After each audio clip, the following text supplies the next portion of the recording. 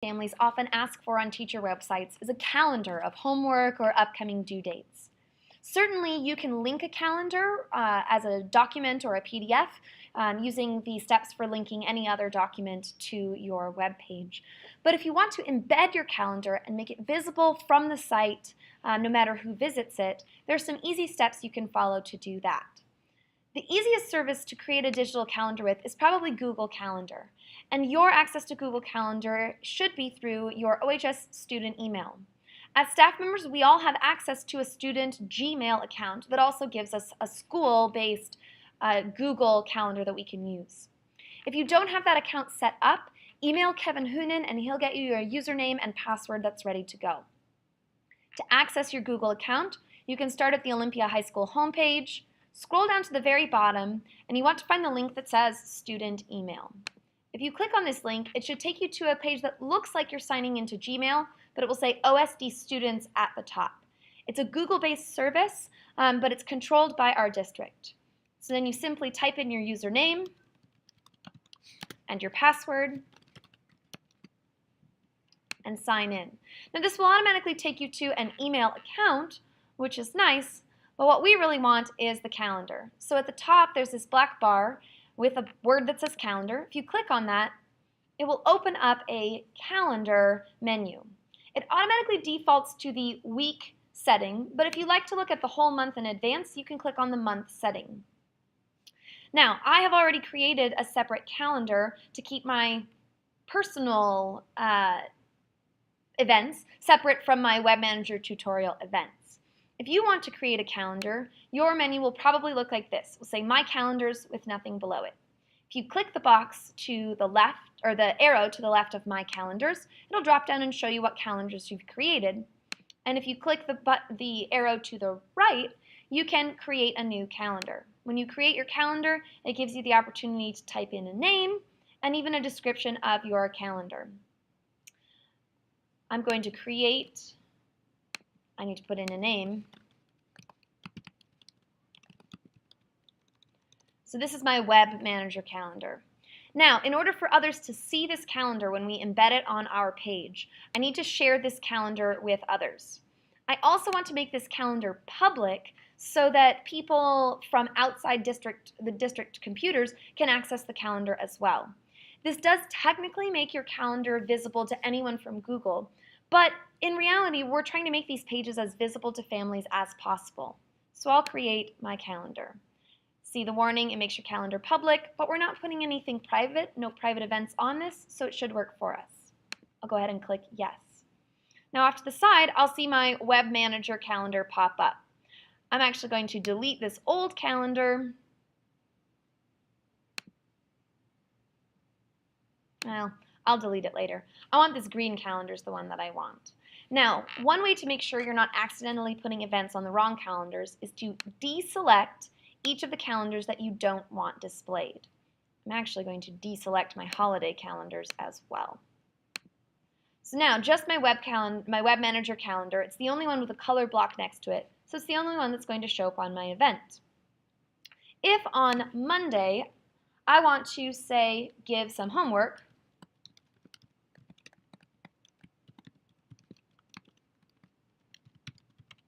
I can create an event. And the event automatically populates onto my calendar. If I want to give some more detail for this, I can edit my event. I could say where, I could give a description.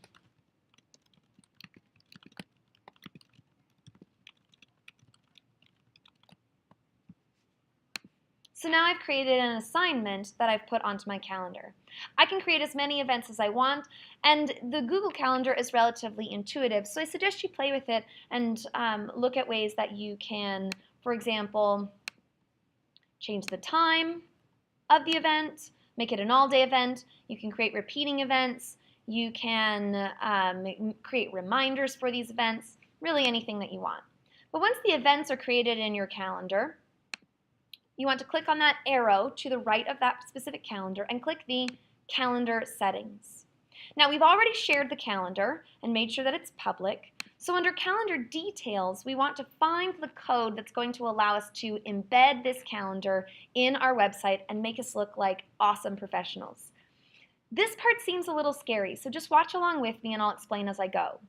This code right here is computer speak that allows the computer to know that you want to put the calendar in your web page. You need to select everything in this box, from the first pointy bracket that says iframe to the last pointy bracket that says / iframe. All that tells the computer is where the beginning and end of the commands are. So if you copy that text and you hit save, we can go back to our WebManager, edit the page, and insert the calendar.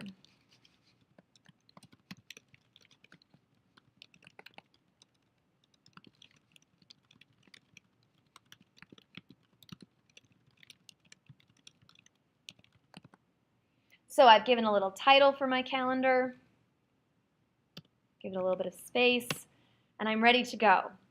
Now if I just hit Control V, it's probably going to mess things up. Watch. I hit Save Changes, I go to View Page, and look, I just have this computer code right here. So we're going to have to edit our code in a different way. We need to edit page, we need to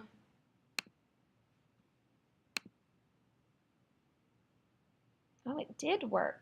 Well, look at that. WebManager's a little bit smarter than we are. It took it a minute. You can actually upload the code into your straight up edit screen and make it a little bit easier on you. Now this calendar shows up right here on my site. It's a little bit wide though. So if I go back into my calendar and I click calendar settings, and for my embed, I can customize the size of my calendar. Now, right now it's 800 pixels wide, and that's a little bit too wide for my window. So instead, what I'll do is I'll make it square. It's 600 pixels tall, so I'll make it 600 pixels wide.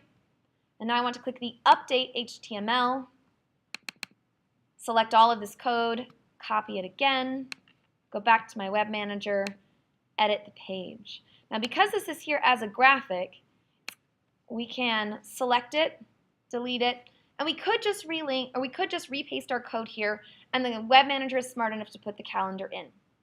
I'll show you though the other way you can do this if for some reason that process doesn't work. You can always click on this little HTML button, and this looks super scary because it's a whole bunch of computer code. But what you really need to know is that this is just a way of telling the computer what to include. So we can paste our new code for our iframe into this section, update it, and now it shows up, there's a little square with our calendar in our menus, or in our edit screen, so we know that this is what it will look like. We'll click Save Changes, we'll view the page, and now the whole calendar shows up on your page. The great thing about Google Calendar is that if I go back to my calendar after returning to the calendar, going to month view, if on Friday I want to create some more homework,